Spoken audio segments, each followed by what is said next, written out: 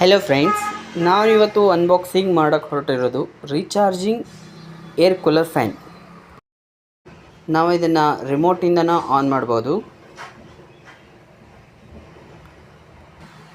ಇದು ಒಂದೇ ಮೇಲ್ಗಡೆ ಫ್ಯಾನ್ ಆನ್ ಆಗುತ್ತೆ,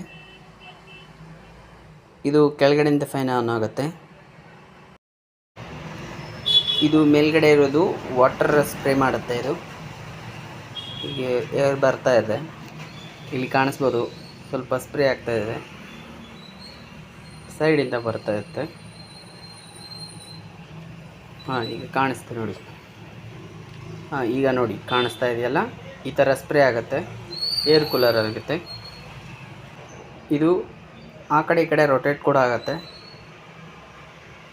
ಇದಕ್ಕೆ ಕೇಬಲ್ ಕೊಟ್ಟಿದ್ದಾರೆ, ಕನೆಕ್ಷನ್ ಇಲ್ಲಿಂದ ಕನೆಕ್ಟ್ ಮಾಡಿಕೊಂಡು ಯೂಸ್ ಮಾಡ್ಬೋದು.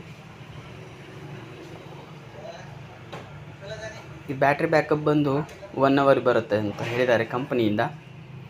ನೋಡಬೇಕು ಎಷ್ಟು ಬರುತ್ತೆ ಅಂತ.